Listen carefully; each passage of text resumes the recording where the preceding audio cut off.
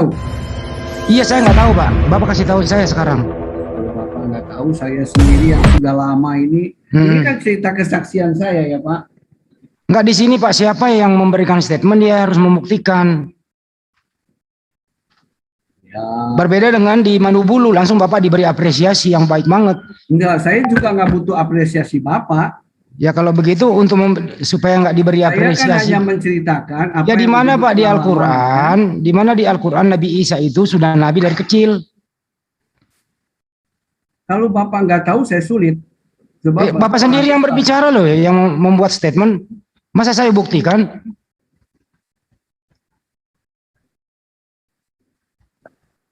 Berarti Bapak membuat klaim tidak ada dasarnya, Pak. Inilah membuat Anda murtad. Mohon maaf ya. Gitu loh. Artinya ya, juga diberikan ke Ustaz Tata, dikonfirmasikan ke Ustaz Tata aja Bang. Ya silakan Pak De Sugi yang ngatur. Aku standby lagi. Gimana Ustaz? Halo Ustaz Tata. Mana Ustaz Tata? Ya. Enggak ada apa-apa, itu Bang Ismail ini kita dengarkan aja mungkin semua. Nanti kita satu-satu, tidak apa-apa. Ya, ini sedikit yang saya ingat ya. Di dalam, kalau tidak salah di dalam surat Maryam, itu ayat 28, ayat 29, 30, ya. Ini saya baca dalam bahasa Indonesianya ya. Saya kira Anda lebih tahu dalam bahasa Arab. Bayi itu berkata, sesungguhnya aku adalah hamba Allah. Allah memberikanku kitab dan dia menjadikan aku seorang nabi. Dan dia menjadikan aku orang yang diberkati di mana saja aku berada. Dan dia memerintahkan aku sholat, zakat selama aku hidup. Kan itu. Ya. Jadi tertulis ya.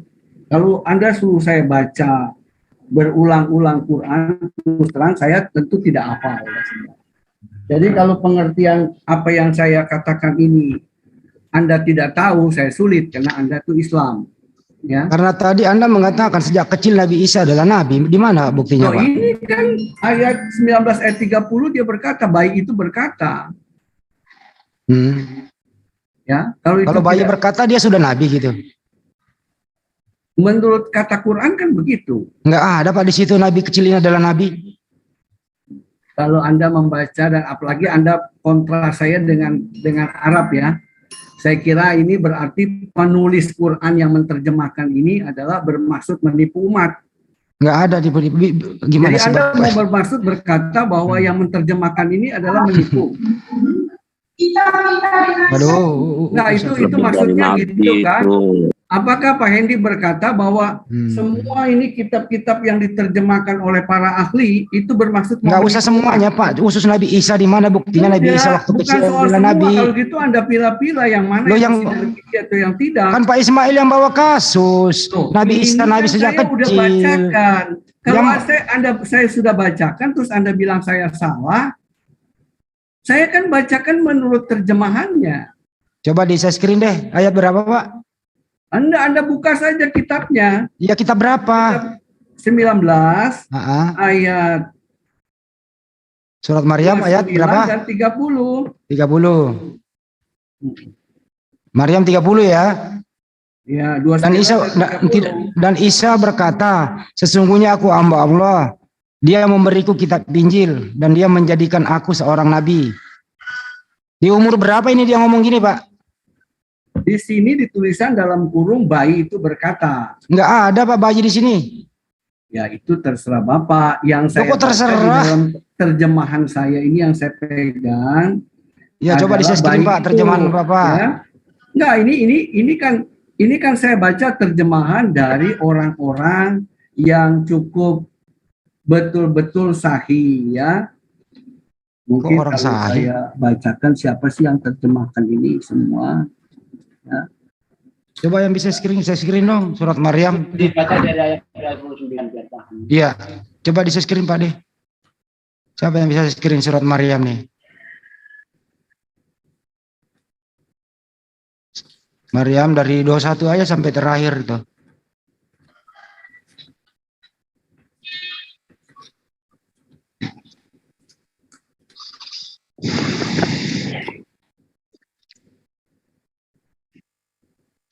Ada dong, ya ini dia. Langsung dia ke 28 tadi Pak Yan. Dari Ke 28 langsung Pak Yan. Nah ini. Terus kenapa kalau dia Nabi jadi bayi? Enggak tahu saya. Apa masalahnya? Bisa jadi Tuhan nanti. Aduh, di mana itu otak? Lanjut Bang Juma, aku mau merokok, ngopi dulu. Coba ini 28 gimana? Silakan. Oke, makasih ya. Pak Ismail, Assalamualaikum Pak. Ketemu lagi kita. Assalamualaikum, ada Bang Juma juga. Iya. Maaf ya. Iya. Ya ini kita mengulang-ulang jadinya. Jadi begini, terima kasih Bang Juma. Mungkin ada pandangan lain. Saya begini, saya tidak mau berdebat hal-hal seperti ini. Kalau ini terjemahannya Anda anggap salah, ya saya tulis, ini saya punya dari tahun 74. Yang menerjemahkannya adalah Profesor T.M. Hasbi Hasidik, Profesor H. Bustami Agani, Profesor H. Mukhtar Yahya, Profesor H.M. Toha Yahya Omar, Dr. Andes Haji Mukti Ali, Dr. Kemal Mukhtar, Haji Ghazali Taib, Kiai Haji Musadab, Kiai Haji Ali Maksum, Dr. Andes Busairi Majidi. Mereka yang menerjemahkannya, ya. Jadi terus apa masalahnya Pak? Ya bukan masalahnya kan Bapak tadi. Saya. Teman-teman kita, enggak teman-teman. Kalau saya sebut terjemahannya terus Anda bilang salah, nah saya bertanya apakah mereka bermaksud mau menipu umat sehingga membuat ini jadi salah. Nah, oke, baik. Mohon izin sahabat-sahabat yang lain. Jadi gini Pak, yang menjadi terjemahan daripada ayat suci Al-Quran itu adalah bahasa Indonesia, di mana kita pahami bahwa bahasa Indonesia, rasa bahasa kita itu selalu mengalami perubahan makna dan pergeseran daripada pengertian daripada bahasa Indonesia itu sendiri. Nah, terkait dengan terjemahan yang Bapak nisbahkan kepada ayat suci Al-Quran, bukan saya. Ini para profesor, saya hanya membacakan. Ya, terus di dalam terjemahan ini Pak, apa yang Anda permasalahkan gitu? Ada masalah apa? Permasalahkan, saya percaya bahwa yang tertulis ini kan tadi dikatakan bahwa ayat 29 dan 30 kan berhubungan. Maryam berkata pada anaknya ngomong, ya. Nah, menunjuk pada anaknya, bagaimana kami akan bicara dengan anak kecil. Kemudian ayat 30 kan berkata, Isa berkata, dia berarti kan masih kecil, anaknya itu. Ya. Nah, tapi mereka bertanya, loh dari mana kok bisa anak kecil? Nah, itu kan saya bingung, itu kan jelas. Nah, dan Isa berkata kan dalam konteks ayat masih dalam ayunan. Iya. Kan begitu toh? Iya, nah, berarti terus apa yang saya katakan benar loh, kenapa dibantah? Enggak, Bapak mengatakan ya bayi dalam ayunan, bayi kecil ini seorang nabi. Loh, itu dia menjadikan aku seorang nabi, kan Isa yang berkata sejak masih kecil. Coba ini ada salah ini, kok anak kecil ya, bayi. Soal salah benarnya Anda protes ke 10 penterjemah. Ya, jadi gini Pak.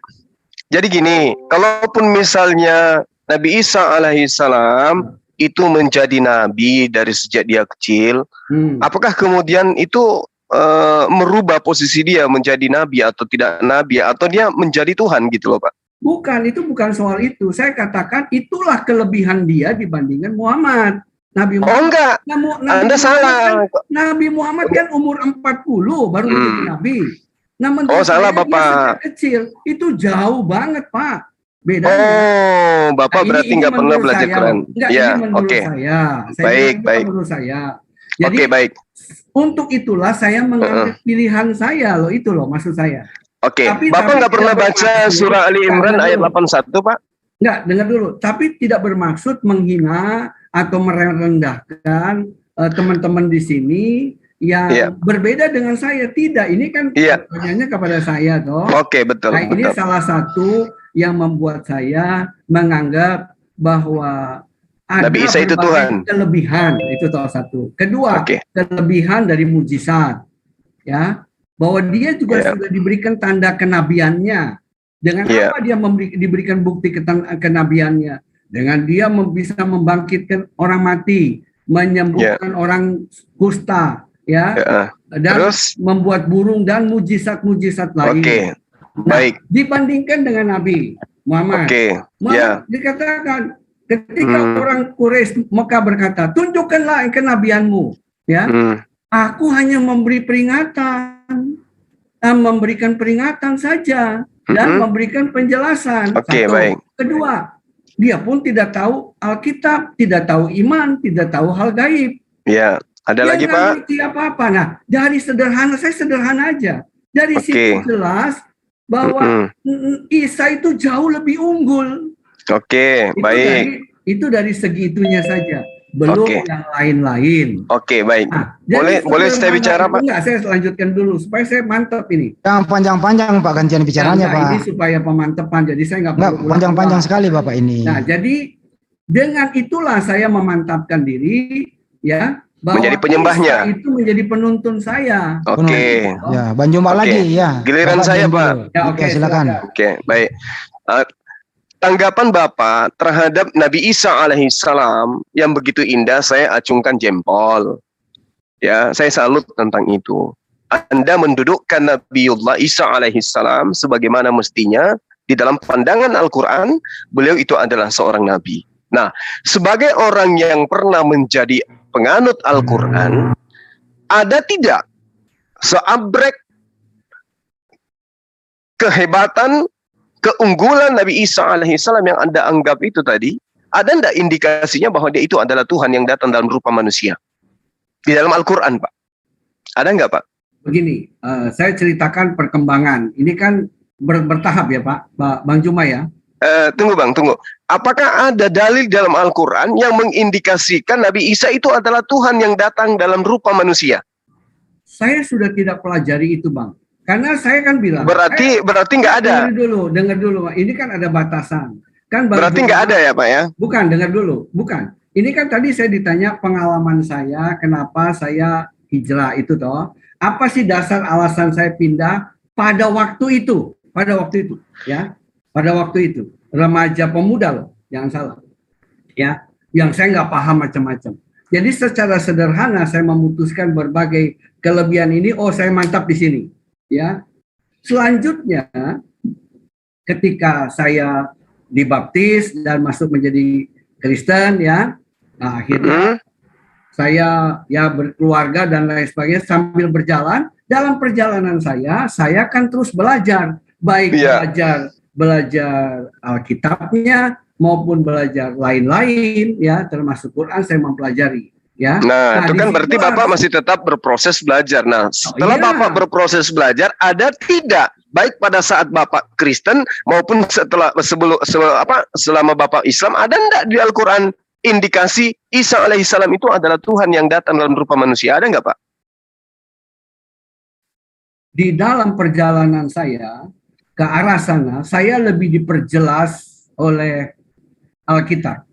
Nah, ya, dengar dulu. Gitu dong. Saya ini diperjelas oleh Alkitab.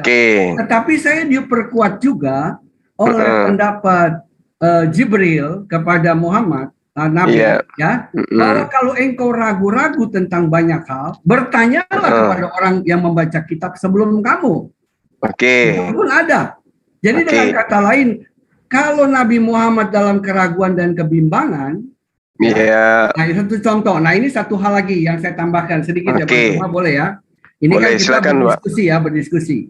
Nah, saat itu secara sederhana, ketika beliau menerima dari Gua Hiro, ya, kan mereka juga diperkuat, ya, diperkuat oleh siapa? Diperkuat oleh Khadijah dan oleh Waraka bin Nawfal. Siapakah Waraka bin Nawfal? Dia adalah seorang Nasrani yang mengetahui kitab Ibrani dan bisa menerjemahkan ke Arab, ya. Dia sangat mengetahui. Dia pula yang memberikan kekuatan. Nah, sekarang saya sederhananya. Bang Juma kalau masih bimbang nih, baru masuk, ya, seorang Muslim lagi bimbang. Apakah Bapak datang ke kiai atau datang ke pendeta? Bapak tentu datang kepada orang yang seiman. Iya. Bukan kepada orang lain. Nah, bukankah berarti dengan dia datang kepada Waraka bin Nawfal, berarti imannya nabi itu seperti apa kita udah tahu. Kalau enggak dia datang ke keluarga besarnya yang tidak mengenal. Oke. Kan Sekarang giliran saya, Pak. Giliran saya. Jadi Bapak setelah di Islam tadinya, Bapak tidak menemukan adanya indikasi Nabi Isa itu adalah Tuhan. Nanti Bapak menemukannya di dalam Bible yang kemudian ambil kata Alkitab supaya dianggap sebagai firman Tuhan. Kan gitu ya?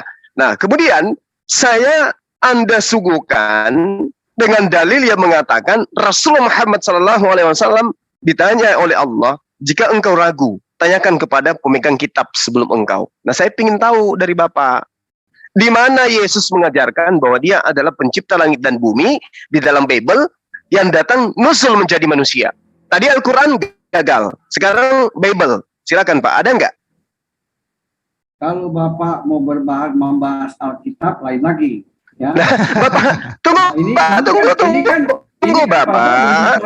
Iman Kristiani ini beda lagi. Bapak kan sudah menjadi Islam dan sekarang di Kristen, dan yang kita dudukkan untuk jadi bahasan objeknya adalah Nabi Isa. Di Al-Quran Nabi Isa tidak ada indikasinya adalah Tuhan yang datang dalam rupa manusia. Anda menjadi Kristen kemudian menjadi murtad, penyembah manusia. Nah sekarang saya tahu dari Bapak, ada karangan manusia itu, ada Yesus mengatakan dia adalah pencipta langit dan bumi yang nusul menjadi manusia, sehingga Bapak menggadaikan iman Bapak menjadi murtad, menyembah kepada anak Maria yang manusia itu. Silakan. Bang Juma terputus-putus, saya nggak nangkep jelas. Oke. Kesimpulan saya, ada tidak pengajaran Yesus di dalam Bible yang mengatakan Yesus sendiri dengan lisannya, layaknya ketika Bapak membawa surah Maryam, Yesus mengatakan, akulah pencipta langit dan bumi yang nusul menjadi manusia. Ada nggak Pak? Kalau Bapak bertanya iman Kristiani, ini beda lagi. Ya, saya mengatakan beda lagi. Bapak kan Kristiani, Bapak. Makanya saya tanya. Saya pingin ikut seperti Bapak. Tapi tolong ajarkan saya. Apakah ada Isa atau Yesus yang mengatakan di dalam kitab Bapak bahwa dia adalah pencipta langit dan bumi yang datang nusul menjadi manusia? Ada nggak ajaran Yesus seperti itu, Pak? Bang Juma, kalau Bang Juma mau lebih tahu tentang iman Kristiani dan lebih mendalami satu perkara, Bang Juma mesti dibaptis dulu. Waduh, nggak bisa gitu. Itu namanya penipuan. Itu namanya pembohongan, Pak. Nggak bisa. Anda jangan terbuka, Bang Juma. Ini ya, nggak boleh, Pak. Nggak boleh pakai tipu-tipu kayak begitu. Nggak boleh. Nggak bisa. Itu tipuan, Pak. Nah sekarang ketika saya dibaptis, begini Pak Ismail, Bapak sudah dibaptis, tentunya Bapak sudah ngerti tentang kekristenan. Tolong ajarkan ke saya, ada enggak Yesus mengajarkan dirinya adalah Tuhan pencipta langit dan bumi yang nusul menjadi manusia? Anda sudah dibaptis kan? Artinya apapun yang ada dalam Kristen Anda sudah pahami. Tolong ajarkan saya. Saya ini orang waras Pak, mudah menerima kebenaran kalau memang itu kebenaran. Silakan. Begini, ada satu kisah perumpamaan, bukan perumpamaan kejadian. Ketika Nikodemus, seorang imam Yahudi ahli Taurat, imam kepala, ya, dia seorang imam kepala ahli Yahudi yang sangat dihormati. Dia datang pada satu malam kepada Yesus dan dia bertanya, ya Rabi, kami tahu engkau adalah datang dari Allah, ya, dan dia meminta bagaimana dia diajarkan. Dan Yesus mengajarkan kepada dia, kalau engkau mau tahu hal-hal rohani, maka satu perkara, engkau harus dilahirkan dari air dan roh. Dan dia tidak memahami itu. Oke. Bapak saya ingin Bapak sudah paham. Sekarang begini, Bapak ketika Islam, ketika dilahirkan, Bapak tidak berasal dari roh dan air?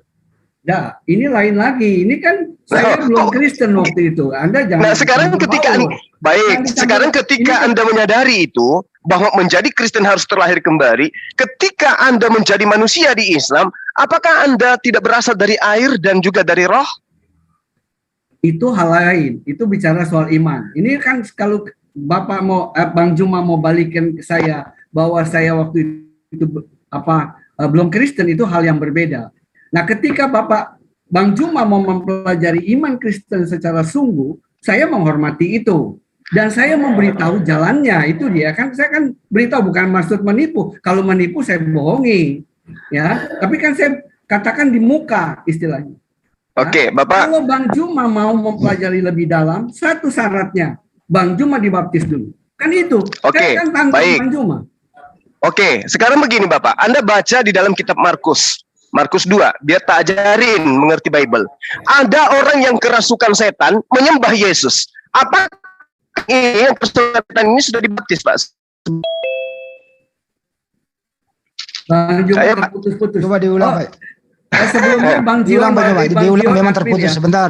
Bang Nah, Juma melalui terputus Bang sedikit. Jion, admin saya mohon, saya batasi memang sampai jam 3 nih ya. Saya Iya, Pak. Coba diulang, Bang Juma. Coba diulang. Oke. Memang terputus tadi. Saya ulang, Pak ya. Ada orang yang kerasukan setan di dalam kitab Bapak. Di Markus diterangkan, dia teriak di pemakaman. Kesana kemari dia kerasukan setan. Begitu melihat Yesus, dia setan ini kemudian menyembah Yesus. Pertanyaan saya, apakah setan yang merasuki manusia ini itu sudah dibaptis? menyembah berbeda dengan tadi.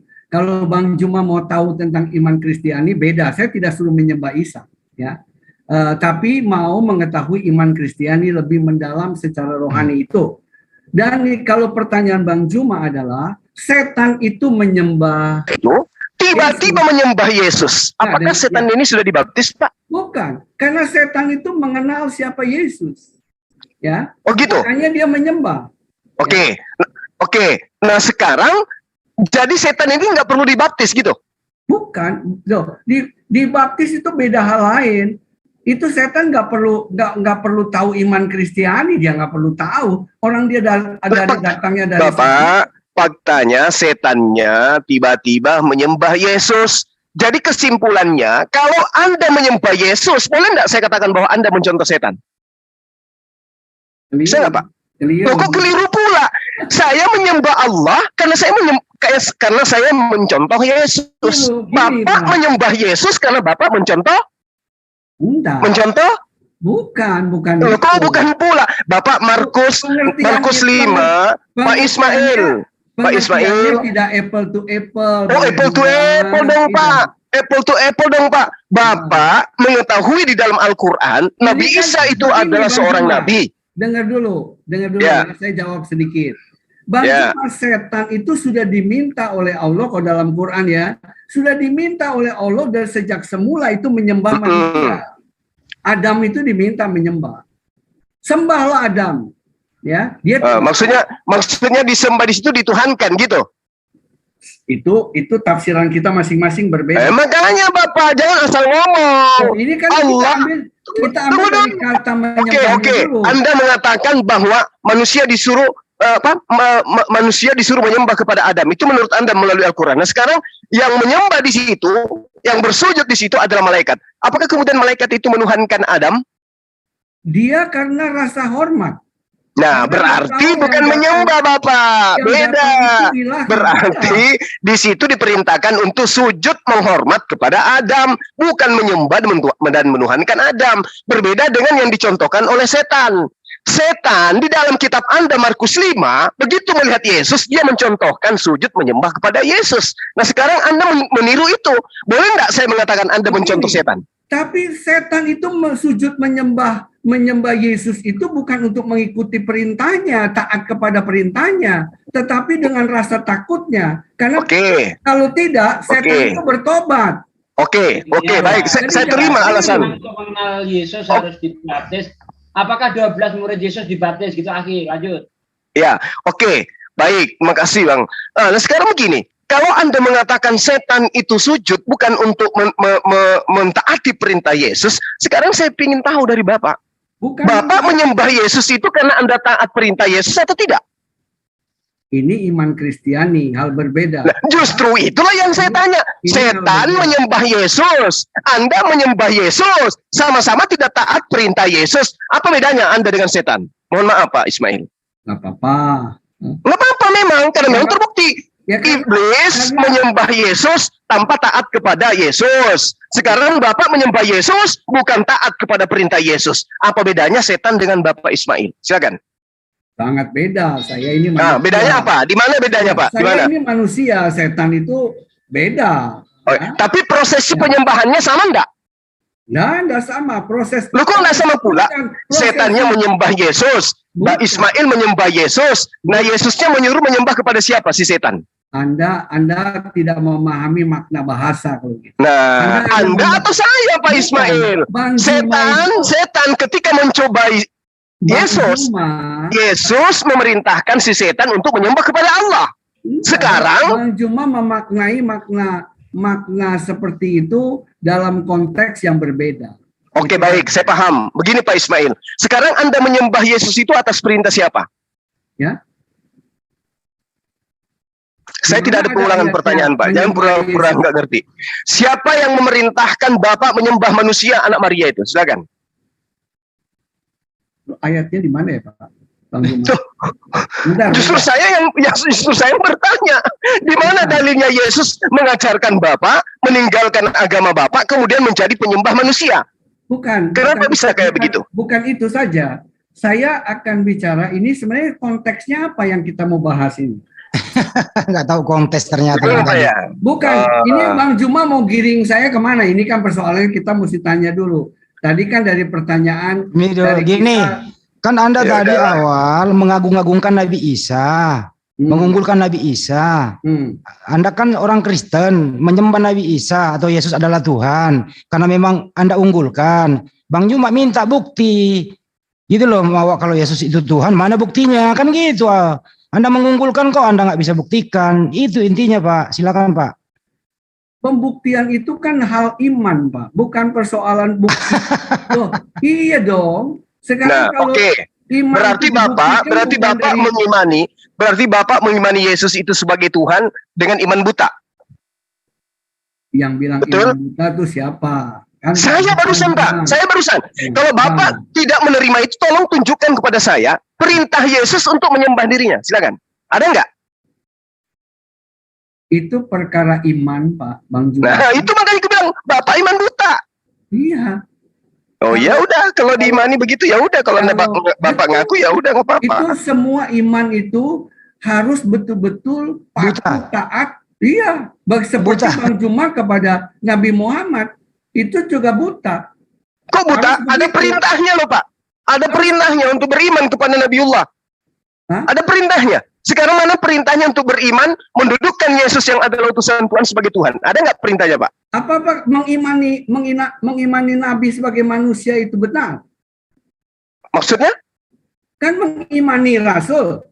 Iya, saya mengimani beliau sebagai Rasul utusan Allah. Apa masalahnya di sana? Kata mengimani sebagai manusia kepada manusia berarti mengimani kepada manusia, bukan kepada Allah. Betul, saya mengimani dia sebagai Rasul, bukan sebagai Allah. Nah, itu Bapak mulai bingung nih. bukan, tidak bingung. Itulah makna perbedaannya yang Oke. Sekarang saya ingin tahu, iman itu apa menurut Bapak? Nah, Iman itu menurut Bapak apa? nah begini. Oke. Kalau you bicara tentang iman saya kepada Yesus. Bukan. Iman itu apa? Itu dulu. Iman adalah, Kita boleh berbeda ya sedikit ya. Kita silakan boleh Pak, berbeda. karena kata iman tidak ada di dalam Bible. Hanya ambil dari Al-Quran. Pahami itu, catat baik-baik. Keliru Bang Juma, orang Tolong tunjukkan kata iman di dalam Bible original teks Yunani. Please. itu satu hal yang berbeda. Ini kita tidak itu bukan. Pak Ismail. Ini kan cukup panjang. Kalau saya mesti buka-buka ini, waktu kita kan nggak cukup, ya. Jadi Oke, silakan definisi iman apa menurut Bapak? Silakan. Nah, kalau di dalam versi iman, di dalam bahasa dalam Ibrani sudah ditulis iman itu seperti apa, ya. Ya, apa itu? Nah, iman itu adalah mempercayai sesuatu yang tidak terlihat dan maupun yang tidak kita harapkan. Ya. Apaan sih, Pak? Nah, Itu ditulis di kitab Tanakh di mana itu? Kalau Anda tidak mengerti ya nggak apa-apa. Loh, kok saya nggak ngerti? Kan Bapak mengambil kata iman dari kitab saya, terus yang nggak ngerti saya gitu. Loh, Kalau Bang Juma tidak paham kan saya bilang, kalau Anda mau mengerti, memahami itu semua kan saya Dibaptis dulu. satu. Iya betul. Oke, sekarang Yesus pernah membaptis satu orang nggak? Ya, Siapa orang yang pernah Yesus baptis, Pak? itu bukan persoalan siapanya, tapi Ya, baptisan itu supaya kita tahu, Pak. Yesus mengatakan begini, Bapak. Yohanes 14 nomor 12, kalau kau percaya padaku, wahai Pak Ismail, maka engkau akan melakukan pekerjaan yang aku lakukan. Nah, Bapak dibaptis, Bapak membaptis. Itu pernah Yesus contohkan, Pak? Yesus memerintahkan saja, Pak. Ya. Dia tidak pernah mempraktekkan. Karena yang diperintahkan itu adalah Yohanes Pembaptis. Yesus kan mengatakan, kalau kau jadi percaya kepadaku, itulah kamu akan pekerjaan- melakukan pekerjaan yang aku lakukan. Bukan, Bang Juma, itu pekerjaan Nabi Yahya. Itu yang tidak pernah diceritakan oleh Al-Quran.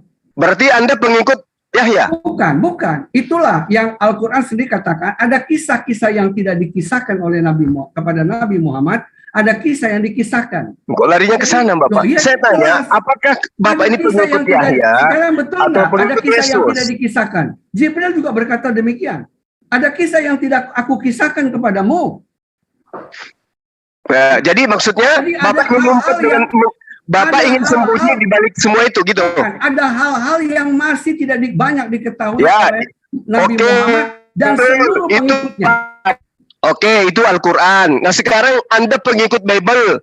Tunjuk Putus. Ah, Diulang Bang Juma, terputus, diulang. itu di dalam Al-Quran. Kami mengimani itu. Nah, sekarang tunjuk Bible. Yesus pernah membaptis siapa? Sampai Bapak contoh hal itu. Bisa Pak Ismail, Yesus pernah baptis orang nggak? Oh, enggak. Enggak ada Bang Juma. Enggak Ya. ada. Ya, jadi Tapi tidak ada kembali syarat. kepada iman ya. Kembali kepada iman. Saya jawab dulu. Ini kan saya baru buka. Jadi baru buka. Oh iya, Iman tadi adalah- jawabannya salah. Yang pertama salah, hanya dibetulin. Oh, ya salah Iya, kan iya, menurut iya. Bang Juma, ya. Bukan Iya, Bang Juma, saya ini saya salah. membaca Iya, lama. apa-apa. Iman adalah dasar dari segala sesuatu yang kita harapkan dan bukti dari segala sesuatu yang kita lihat. Ya. Oke. Iya, itu di dalam kitab Anda boleh Ah, Galatia, ya. Efesus Jadi boleh. kalau Bang Bapak. Juma mau lebih memahami, lebih jelas, saya mengajak. Ya Bang udah, Juma. pertanyaannya sekarang Bang Juma dijawab. Kalau Anda mengimani berdasarkan data dan fakta, mana data dan faktanya Yesus adalah pencipta alam semesta? Mana? Ini lain lagi. Ini udah Lain lagi. Ini pertanyaannya Bang Juma, Anda nggak jawab kok. Saya belum tahu ini Bang Jugi atau siapa yang nanya nih. Iya, berdasarkan iman Anda harus pakai data. Kalau gitu tolong dong namanya dijelaskan. Saya hanya nggak kenal suaranya. Ya, jadi saya Andi nggak Selebes sebut dari awal bersama Bang siapa Oh. ini? Aduh, minta maaf. Oh, Bang Hendy ya? Iya Bang. Ah, iya Bang Hendy, sorry. Jadi berdasarkan Saya pertanyaan lagi kenali Juma, suaranya Bang Hendy nih, sorry. kalau berdasarkan pertanyaannya Bang Juma tadi mengatakan bahwa beriman adalah kepercayaan bisa dilihat berdasarkan data dan fakta. Anda kan mengimani Yesus adalah Tuhan pencipta alam semesta. Bang Juma minta datanya mana? Berdasarkan iman Anda, silakan. Kalau masalah iman itu tidak sekedar data, itu hanya penunjang, Pak. Data itu penunjang. Jadi iman itu lebih jauh dari sekedar data. Jadi kalau Anda berkata demikian, pemahaman Bang Hendy perlu Kan suaranya, Bang diperluas Juma. lagi ya, perlu diperluas. Ya, Bang Juma, saya di kantor silakan. Bang, jaringanku jelek. Oh iya, pantesan. Silakan lanjut. Oke, jadi maksudnya Bapak itu di dalam berkristen menjadi agama barunya Bapak tidak perlu dalil, imani aja dulu gitu. Semua memang harus iman lebih dahulu. Tanpa Oh, iman nggak bisa, nggak Pak. mungkin Nggak Anda memahami. Nggak bisa, nggak boleh, Begini, nggak Pak. boleh. Begini, Bang Juma. Nggak bisa, itu Contoh orang ini tidak sederhana terpelajar aja, itu Bang Juma. namanya. Kalau gitu begini, saya beri perumpamaan. Bang Juma, Hmm, satu contoh ya. ya, Saya selalu menganggap memilih agama atau memilih iman, keyakinan lah ya, saya berkata keyakinan, itu mirip loh, bukan sama, mirip. Tapi kita bisa analogikan. Seperti kita memilih istri yang mendampingi kita dalam menjalani kebahagiaan hidup. ya, Nah, ketika kita memilih istri, artinya ketika kita bertemu kan kita mengimani, adalah kita percaya bahwa dia adalah calon ibu dari ya. anak. Tapi dikenal dulu toh Pak. Loh, dikenal pasti. Nah, berarti tidak dipercaya langsung Bapak. Dikenal dulu. dikaji dulu. Loh, Dasarnya siapa, orang tuanya siapa, tinggalnya di mana. Mana tahu yang Bapak lamar itu bencong. Dikenal dulu, Pak. Jangan dijadikan Ya, istri, tentu. Bapak. Aduh, Tetapi gimana sih Bapak ini? Saya dikenal di sini kan dalam konteks mengenal itu kan mengenal baru secara jasmania, ya. Terus kalau dia mengenal betul-betul, tidak mungkin ada perceraian. Kan begitu. Larinya ke perceraian sih. Oh iya dong. Sebab Masih kalau sama. Anda jatuh cinta kepada seorang wanita, betul-betul cinta, habis, Ya. Anda tidak akan pernah menceraikan dia. Oke, baik. Sekarang, apakah Bapak bisa jatuh cinta kepada seorang wanita tanpa melihat wajahnya, tanpa melihat orangnya, tanpa melihat wujudnya, tanpa mengkaji dirinya? Bisa enggak, Pak? Itulah iman. Oh, berarti Itulah Bapak bisa, iman. berarti Bapak bisa menikahi ya sesuatu yang tidak ada, yang penting diimani gitu. Bukan tidak ada. Loh, Jadi kalau riwayat Gimana sih dulu Bapak itu- ini? Misalnya ada karung goni nih.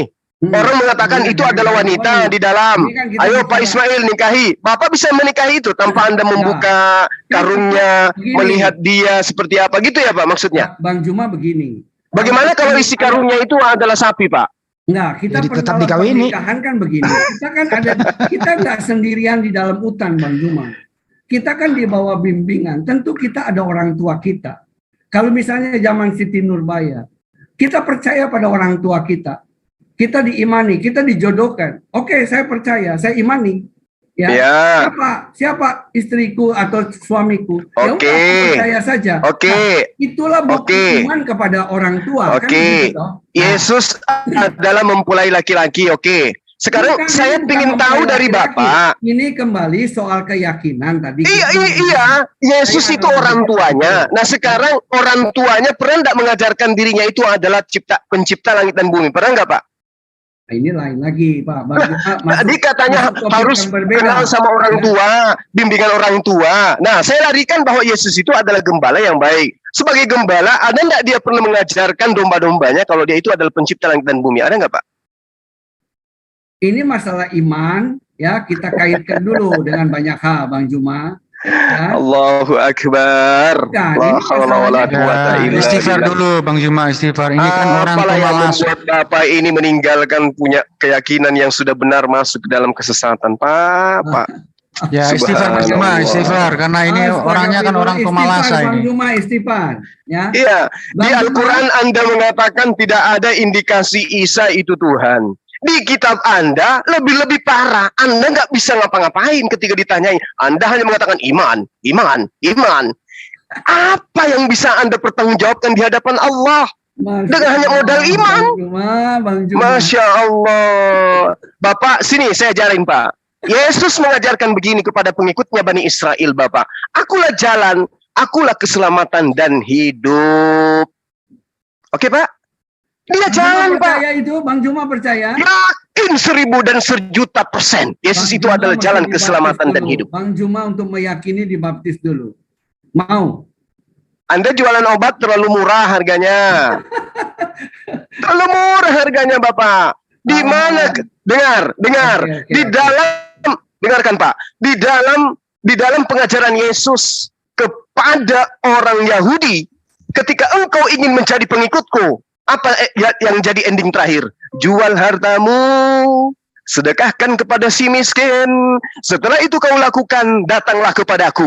Ada baptis Pak di situ Pak? Ayo, Dia mari belum Pak kita bicara- belajar. Dia belum Hai. bicara tahapan itu. Belum Alamak, nyampe. berarti Bapak yang berbicara mengenai tahapan itu. Loh, lain. Saya Nggak bisa dengan Yesus kan begitu, beda. Pak. Kan Nggak Bapak bisa kan begitu. mengutip- Yang Bapak jadikan acuan itu adalah Matius 28, iya kan? Bapak kan mengutip konteks yang berbeda-beda, Bang Loh, Juma. harus kayak begitu. Orang terpelajar begitu, Pak. Yang saya takutkan, Bapak nggak pernah belajar Bible, ya ngaku aja, Pak. Biar saya ajarin, biar saya bimbing untuk mengenal Bible. Makasih, Bang Juma. Nah, gitu dong. Itu dong. Ketika Yesus dikatakan, apa yang baik? Apa kata Yesus? Mengapa kau mengatakan aku yang baik? Hanya satu yang baik. Apa itu? Hanya Allah saja yang baik. Nah, ada nggak perintahnya Yesus kemudian ketika ditanya, Yesus gimana caranya aku bisa memperoleh hidup? Apa kata Yesus? Lakukan hukum Torah. Kami sudah melakukan itu lah Yesus. Kami tidak membunuh, kami tidak ini, kami tidak ini. Kurang satu kata Yesus. Ada baptis dikatakan di situ Pak? Nggak ada. Nggak ada. Yang dikatakan Yesus kurang satu itu apa? Jual semua hartamu. Setelah kau sedekahkan semua hartamu, datanglah kemari menjadi pengikutku. Berarti pengikut Yesus itu adalah mereka yang taat pada perintah Tuhan. Sekarang perintah siapa yang Bapak lakukan sampai Bapak menjadi penyembah Yesus? Teng, silakan. Ada titik mengikut aku, disitulah muncul perintah Yesus untuk. Oke, baik. Nah, Ketika di situ titiknya Bang Juma. Oke, sekarang begini Pak. Itu bicara, dengar dulu. Ketika dia bicara soal prinsip-prinsip, dia tidak bahas itu. Engkau lakukan dulu semua. Ketika engkau sudah lakukan, datang ke siniku, baru mengikut aku. Nah, saat mengikut aku, baru diterapkan hal itu. Di mana kemudian ketika mengikuti Yesus, kisi-kisi pengajaran Yesus itu muatannya adalah menuhankan Dia. Di mana itu Yesus utarakan, Pak? Teng. Ayo Pak Ismail. Kok pakai teng-teng begitu? Oh iya dong. Biar Bapak segar Bapak kan dikit. saudara saya. Gitu ya. Saya ini orang yang sangat-sangat apa ya? Sahabatku Pak Ismail. Saya ini adalah orang yang paling penasaran dengan para murtadin. Apa sih yang mereka inginkan sampai dia meninggalkan akal sehatnya menuju kepada suatu kondisi di mana mereka menggadaikan akal, mematikan akal, lalu kemudian mereka lebih membesarkan doktrin dan dogma gereja. Ini yang membuat saya penasaran Pak Ismail. Masya Allah. Menjadi pengikut Yesus, kisi-kisi apa yang menjadi muatan sehingga manusia itu ada pada muara dia menuhankan anak Maria. Itu yang ingin saya tahu dari Pak Ismail. Silakan. Saya membuat satu kalimat. Silakan Pak. Kalimatnya saya begini permulaan. Tuhan, Engkau jamah hatinya Bang Juma, perlihatkan kemuliaanmu. Oke, menjamah. Amin. Pak Ismail ngerti artinya Kak? Menjamah itu apa itu Pak? Menjamah. Itu urusan dia, itu perkataan saya. Itu perkataan boleh nggak nanya Bang ke Pak Ismail Bang sedikit aja Bang.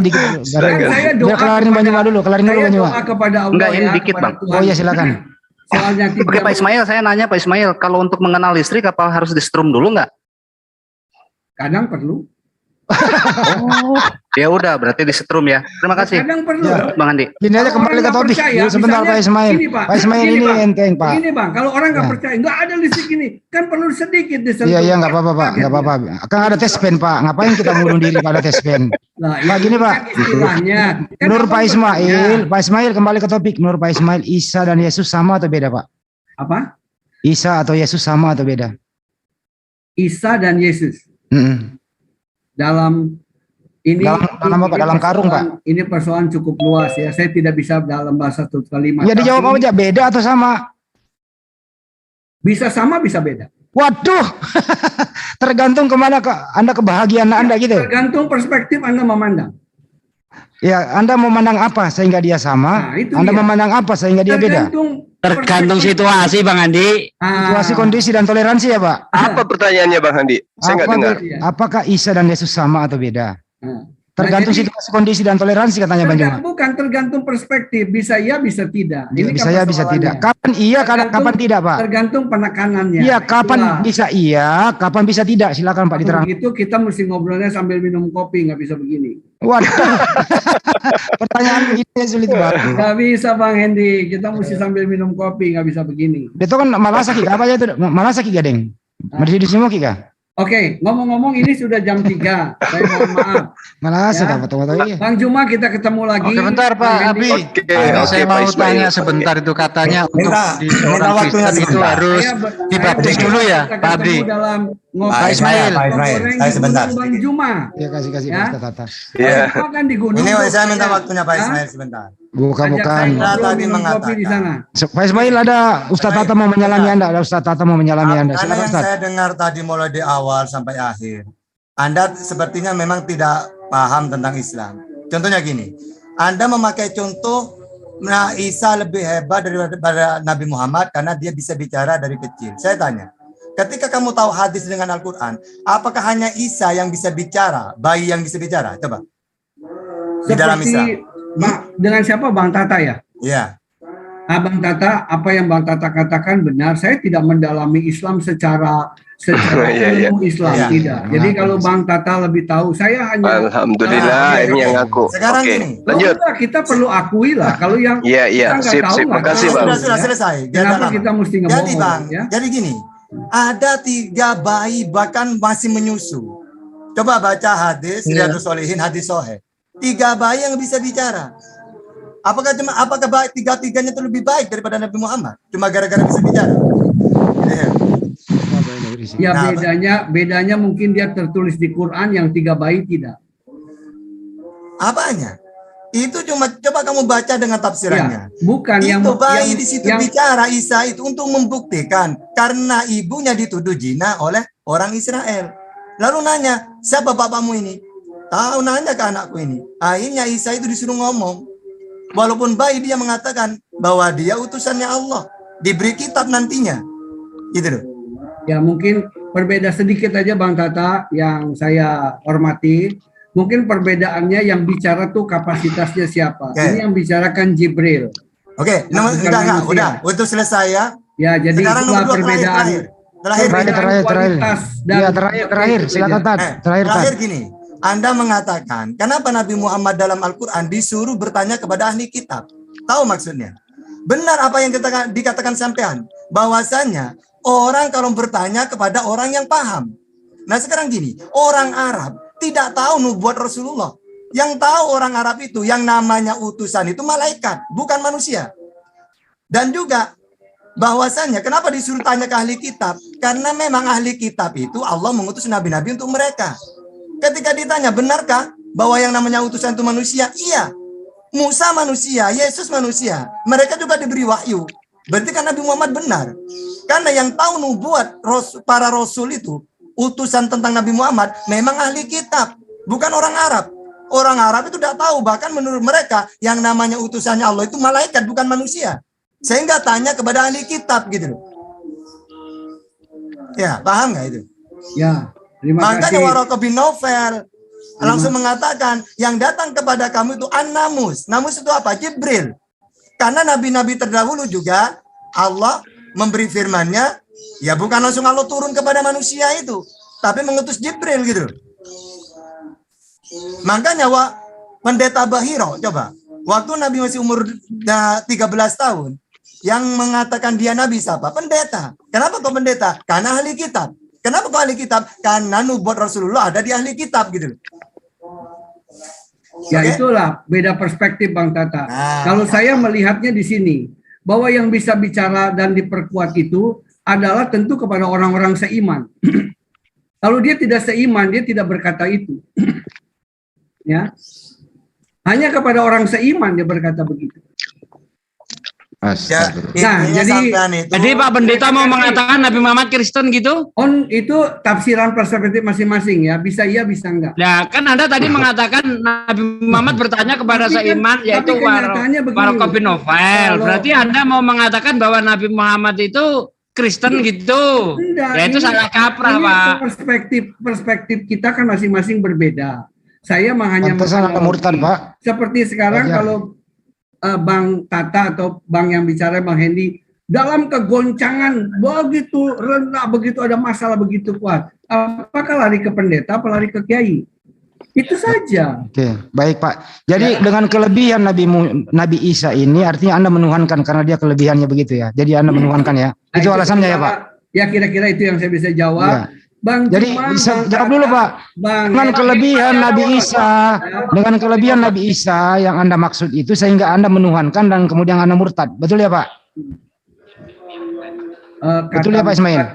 Kata menuhankan murtad itu kan perspektif iman masing-masing ya Pak. Anda menuhankan Nabi Isa enggak Pak? Hah? Anda menuhankan Nabi Isa enggak? Kata Tuhan yang dimaksud oleh saya nggak minta pengertian kata Tuhan. Anda menuhankan Nabi Isa nggak? Kata Tuhan ini adalah yang dimaksud Tuhan itu Tuhan penguasa, penguasa kekal, penguasa raja. Dialah Malik. Ya. Siapa yang Malik itu Pak? Yang Malik itu siapa? Allah mengangkat Isa sebagai Malik. Jadi Isa hanya sebagai utusan? Enggak, Malik itu kan yang kuasa ya. Enggak, yang kuasa siapa? Yang sih bisa diangkat jadi Malik ini di mana sih? Gimana ini orang? Ya, Oke, ini pengertian saya, kalau salah minta maaf. Ya itu, ini penyesatan ini, enggak ada. Nabi Isa Oke, diangkat oke. jadi Malik, jadi raja itu nggak ada Pak di dalam Islam, nggak ada. Oke. Dia hanya hakaman adlan, hakim yang adil. Ya, terserah itu nanti kita bisa bahas kemudian. Ya kembali ke topik Tapi Pak, apa terima sih kasih bedanya? Pak, Saya apa mohon bedanya Isa pamit. dengan Yesus? Jawab dulu Pak sebelum Enggak, kelar. saya mohon Apa pamit. bedanya Nanti- Isa dan Yesus? Saya betul-betul saya ditunggu ini anak saya di depan sudah Oh, iya. menunggu. Jadi Bapak nggak bisa jelaskan apa bedanya Isa dan Yesus Pak? Bisa Ya, menjelaskan lain waktu. tapi tidak sekarang ya. Oh nggak Ya, sekarang. Oke, lain terima waktu, kasih. lain waktu. Lain waktu. Ya, Lain waktu ya, Bang Juma. Nanti undang saya ya ke Pak gunung ya. Ismail. Undang Ya saya ke Pak. gunung ya. Iya, Oke, iya, Pak. kita sama-sama ngopi gitu Pak. Ya, Baik, sama-sama Pak. ngopi. Terima kasih, Suka Pak. Ya. Kopi Makassar enak kelihatannya. Iya, iya Pak. Iya, kopi Oke. Toraja enak di sini. Salam ya, Toraja. salam Bang semua teman-teman. Baik, Iya, iya, Pak. Pak Ismail. Waalaikumsalam. Waalaikum. Jadi kembali ke topik, saya mau minta pendapat pada guru-guru kita di sini. Ada Ustadz Juma, ada Ustadz Sugi, ada Ustadz Tahta, begitu. Pertanyaan, boleh nggak sih kita Luntur uruk buah. membeda? Sebentar dulu orang tua Ini yang jual Gustiro. Pak Balu Saklar, Pak Balu Saklar. Pak Balerak boleh. Mate Iya. mija. Jadi gini Pak Apakah- Handi, bentar Bang Andi. Ini untuk Waduh. Bang Juma. Bentar. Dikit aja Bang Andi. Untuk Bang Juma. Jadi kalau mempelajari hukum, Abang harus dihukum dulu Bang. Ya itu tadi katanya begitu. Ya. Kita kembalikan ke topik. Bang Lucu ya? Juma, Bang Juma, Bedanya Ustadz Tahta Isa sama dengan Pak Yesus Desugi di mute dulu. adalah- Ini penjual saklar di mute dulu ini ngaco. Ini mau Penjual sayur dikerucutkan pakis. topiknya. Bolehkah kita sebagai umat Islam nih membeda-bedakan para nabi dan Nggak boleh. bagaimana? Silakan Bang Juma. Nggak boleh, nggak boleh. Lah nggak boleh, la nufariqu ahadin min rusulih. Tidak Iya. boleh kita membeda-bedakan para rasul, nggak boleh. Iya. Kalau Jadi yang udah tadi berani itu, membedakan para rasul ya akhirnya murtad. iya. Sama yang tadi itu Bang, yang dia jagokan Nabi Isa alaihissalam. Dia lupa membaca surah Ali Imran ayat 81. Bagaimana Nabi Isa di alam roh sudah mempersiapkan ya, dengan perjanjian di hadapan Allah bahwa akan datang seorang rasul sebagai khatam nabiyyin, dan itu adalah baginda Rasul Muhammad SAW. Yesus bersaksi tentang kerasulannya. Subhanallah. Allah. Ini praeksistensi Rasulullah itu sudah dipersaksikan. Kalah. Kalau kita mau mengatakan, kalau kita bercerita kepada Pak Ismail. Silakan lanjut yang lain. Pertanyaan selanjutnya kepada seluruh ustadz saya di sini gitu ya. Faktor-faktor apa sih menurut tadi ini kan Ismail adalah murtadin. Dari segi tadi mengerti tentang Al-Qur'an hanya terjemahan. Apakah ini penyebabnya sehingga orang murtad? Karena hanya terjemahan dan sering berjalan sendiri tanpa bimbingan. Mau pendapat Bang Juma? Kalau menurut Baik, saya- yang pertama, ya silakan. Adindaku dulu, silakan. Enggak. Silakan. Saya tanya kamu, silakan. Ustadz. Silakan Dek. Jadi kalau menurut saya itu enggak, itu bukan alasan tidak paham itu. Karena kalau memang dia paham Al-Quran, nah terus dia pindah, terus apa yang dia peroleh dari kitab yang dia yakinin sekarang kan tetap tambah parah kan gitu. Nah, jadi menurut saya itu cuma alasan. Tapi intinya tidak ada, ya saya sendiri mungkin dengan Ustadz Juma juga gitu Bang Juma. Tidak ada ceritanya orang murtadin itu pintar tentang Islam itu. Itu aja intinya. Oke. Ya, ada. Heeh. Bang Juma bisa tambahin Bang Juma? Iya, iya. Itu monolog. Tidak ada lawan. Nah, diem lo ah. Sebentar dulu Pak. Waduh, penjual sayur pakis diam dulu. Sebentar dulu Pak, ini lagi kajian Pak. Kajian dulu sebentar ya. Bang Juma, Jadi silakan, gini, di awal tadi kan kita melihat Pak Ismail itu dari segi penampilan, kemudian tata krama, lalu kemudian cara penyusunan kata, sangat-sangat Islami nampaknya, ya kan? Nah, kemudian dia mencoba untuk mengawali kajiannya dengan membawa Al-Quran. Itu setelah saya masuk tadi kulihatnya kayak begitu, dengan melihat dari sisi Al-Quran surah Maryam, bagaimana kemudian Nabi Isa dikatakan dari lahir, dari kecil dia adalah orang yang diberkati menjadi seorang nabi.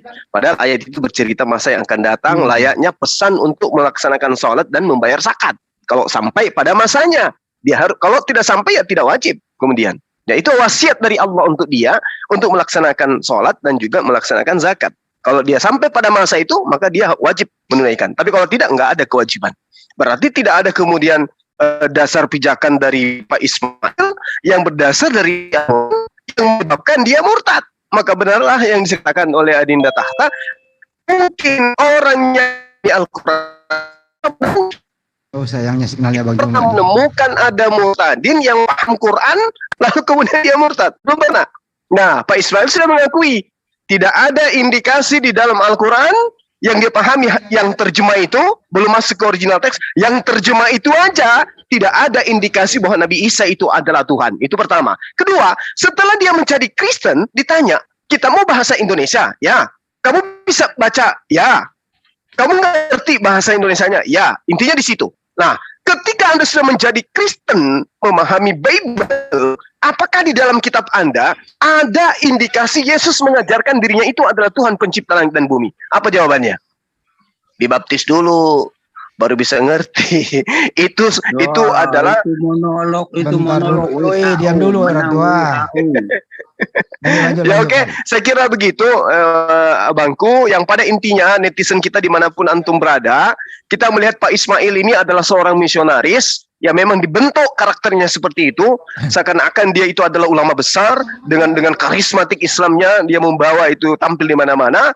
Tapi kita membuktikan bersama ternyata penampilan yang Islami tidak memperlihatkan sedikit pun adanya ajaran Islam yang dia pahami dengan baik dan benar. Artinya bahwa kalau yang selevel Pak Ismail aja tidak ngerti Islam, apalagi Pak siapa namanya ini? Pak Romi. Ini ya Pak Romi Sembiring yang penampilannya kayak biawa ini tidak mungkin ngerti Quran. Pak Ismail aja nggak ngerti, apalagi dia. Demikian. Kasih. Oke, makasih. Makasih Bang Juma. Pendapat Pak Desugi tentang yang tadi silakan Pak De. Maksudnya rambutnya Bang, bukan wajahnya. Rambutnya Ya, kan rambutnya. krinyol gitu ya rambutnya. Ya, Pak De silakan Pak De. Tanggapi yang tadi Pak De.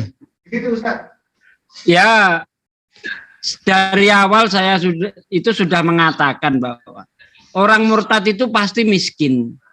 Ya, bisa miskin ilmu, miskin iman, miskin harta, atau ketiga-tiganya miskin. Sehingga dia jatuh kepada pemurtadan. Dan kalau dia berani mengatakan bahwa dia menemukan Kristen dari apa yang dia pelajari dari Islam, itu jelas ngibul. Kenapa? Karena Islam itu jijik dengan ketuhanan Yesus. Jijik. Ya, Al-Quran itu jijik dengan ketuhanan Yesus. Jelas ayatnya. Laqad kafara alladziina qalu innallaha huwal masiihu ibnu Maryam. Sungguh telah kafir orang yang berkata bahwa sesungguhnya Isa itu ibnu Maryam itu adalah Allah itu sendiri. Ya, bahkan di situ di ayat selanjutnya Allah akan mengharamkan surga bagimu dan tidak ada seorang penolong pun bagi orang-orang yang zalim. Artinya tidak ada satu ayat pun di dalam Al-Quran yang bisa dibawa untuk menunjukkan bahwa Kristen itu benar. Nggak bisa, nggak ada. Satu ayat pun tidak ada. Sehingga kalau ada orang yang mengatakan bahwa saya murtad karena mempelajari Al-Quran, itu orang paling goblok sedunia sebenarnya. Terima kasih Bang Andi. Oke, ada lagi statement terakhir nih. Saya mau bertanya aja, cukup 3 pembicara ya. Ini tadi statementnya adalah Nabi Isa itu nabi yang tidak ada mengalahkan dia. Kemudian dia mengarahkan itu artinya Nabi Isa ini adalah is the best. Kemudian dia beralih pindah murtad sehingga dia menuhankan Nabi Isa. Menurut teman-teman atau ustadz saya di sini Bang Juma dulu, bagaimana sih mindset pemikiran mereka ini? Kalau mengunggulkan satu nabi, kemudian diseret nabi ini menjadi apa ya? Tuhan menjelma menjadi manusia. Kemudian disembah. Silakan Bang Juma. Ya, jadi gini. Kalau menurut saya, andai saja Nabi Isa alaihissalam itu kalau kita mengikuti arah pemikiran daripada sang murtadin ini ya, memiliki kedudukan layaknya bagi Rasulullah Muhammad SAW sebagai khatam nabiyyin, maka tentu Al-Quran ini diwahyukan kepada beliau, bukan kepada baginda Rasulullah Muhammad SAW. Al-Quran kemudian mendudukkan Nabi Isa sebagai level yang lebih tinggi dari Rasulullah, itu adalah satu pemikiran logika cacat. Kenapa? Al-Quran itu diwahyukan kepada baginda Rasulullah Muhammad SAW, bukan kepada Nabi Isa alaihissalam. Bukan. Pertama. Kedua, ajaran daripada baginda Rasulullah Muhammad SAW itu tamat. Ajarannya tamat. Dia penyempurna dari semua ajaran yang dibimbing oleh Allah diberikan kepada para nabi, ya. Lalu kemudian disempurnakan oleh baginda Rasul Muhammad SAW. Yang ketiga, Al-Quran menceritakan Nabi Isa alaihissalam diadili oleh Allah. Apakah engkau yang mengajarkan manusia, mengajarkan mereka, Bani Israel, Kristen, untuk menuhankan engkau selain aku? Apa yang dikatakan oleh Nabi Isa? Maha suci engkau ya Allah. Aku tidak pernah mengatakan apa yang bukan hakku untuk aku katakan. Nabi Isa dihakimi.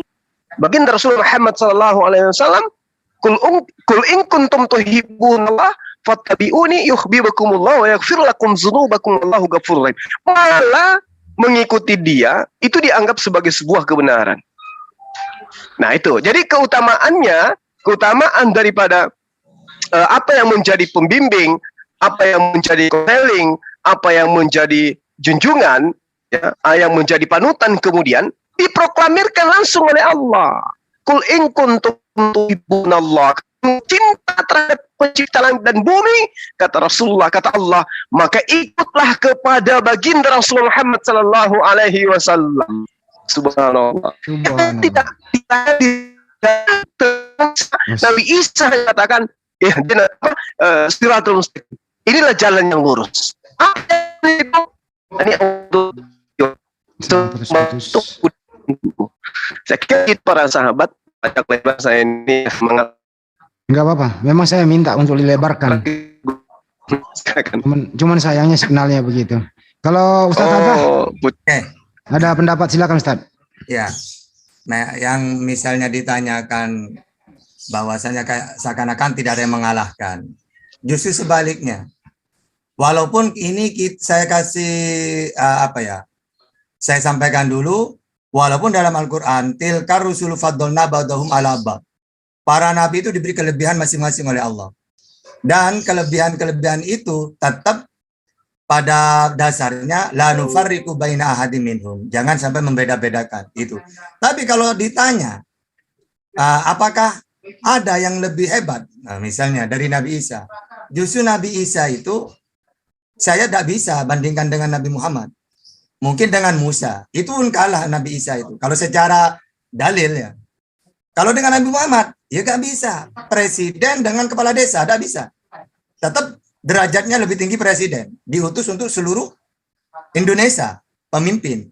Kalau kepala desa kan cuma untuk satu desa. Mana mungkin? Wa ma arsalnaka illa rahmatan lil alamin, seluruh alam dengan wa rusulan ila bani Israel. Diutus untuk Israel saja. Itu dalil ini saja sudah cukup. Bahwa tidak bisa dibandingkan diutus untuk seluruh bangsa dengan diutus untuk satu kaum. Itu yang pertama. Yang kedua, masalah kitab.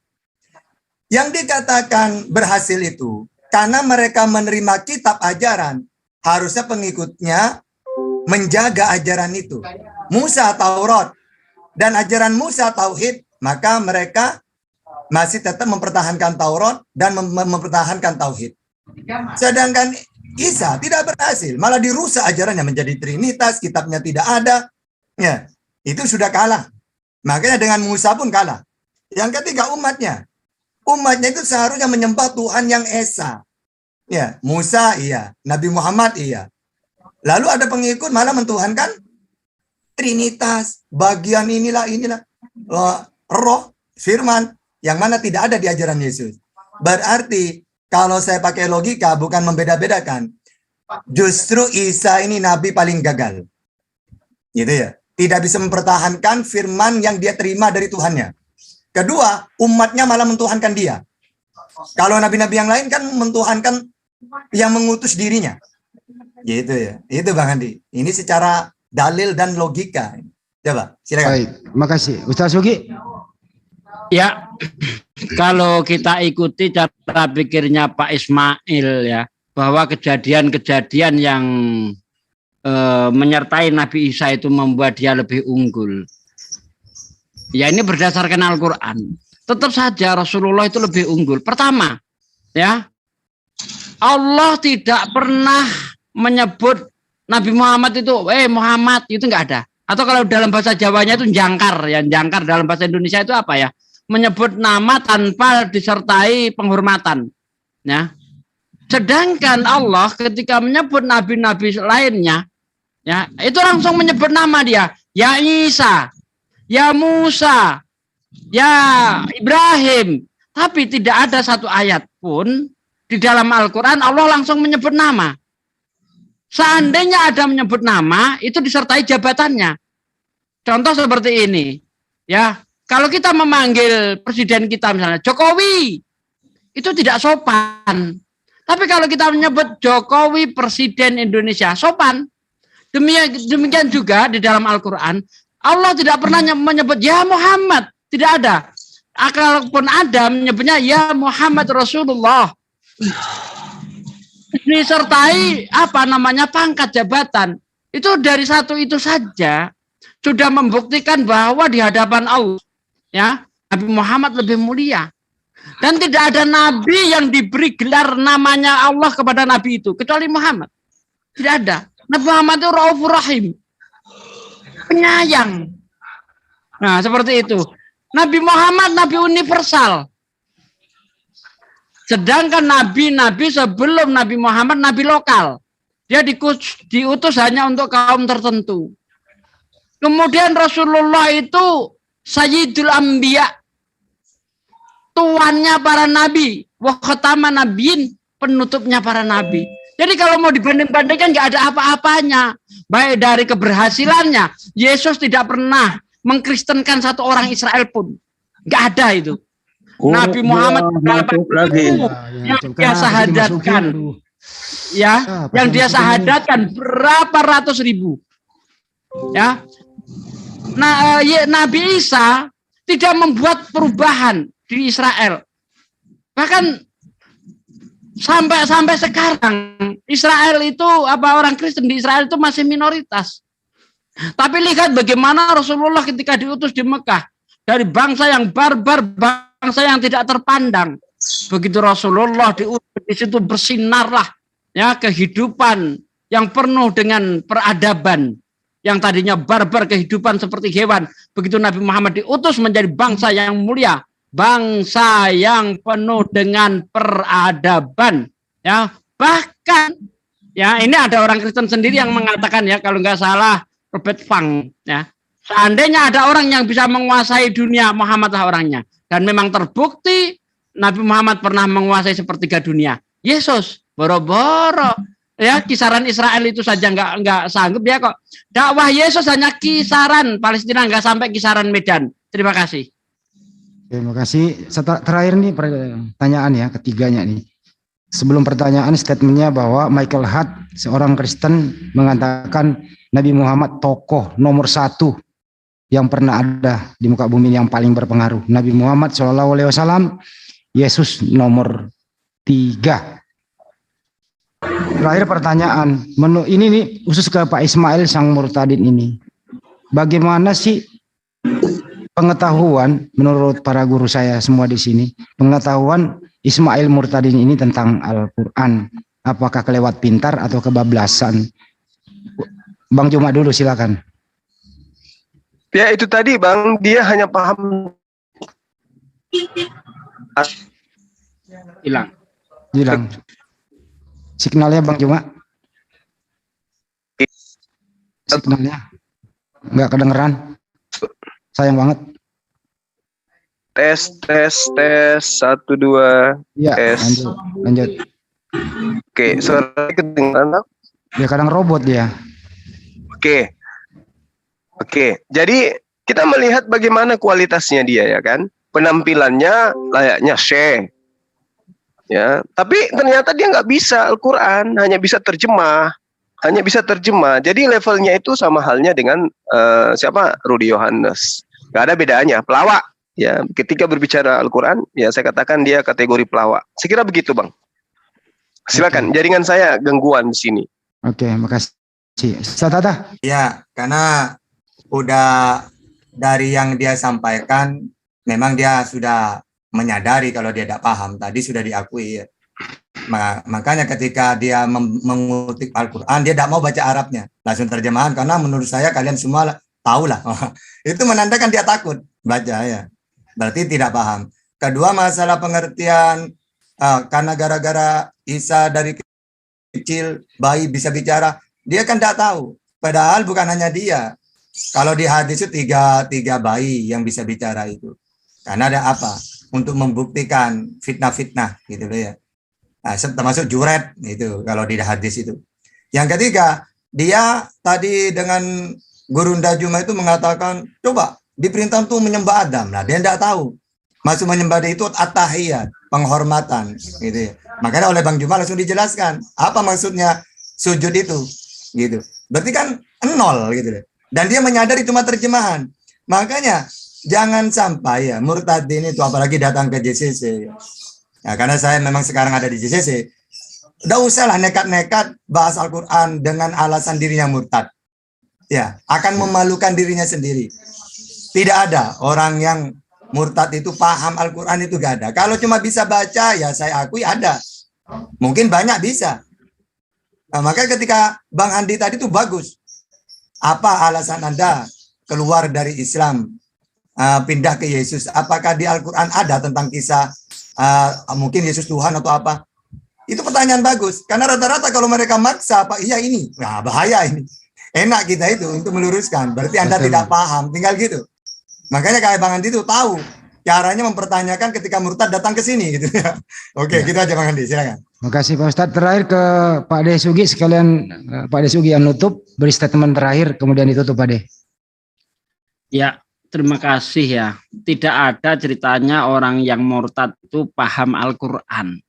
Nggak ada, apalagi hanya modal terjemah sehingga melepaskan dari ilmu ilmunya untuk mempelajari Al-Quran itu.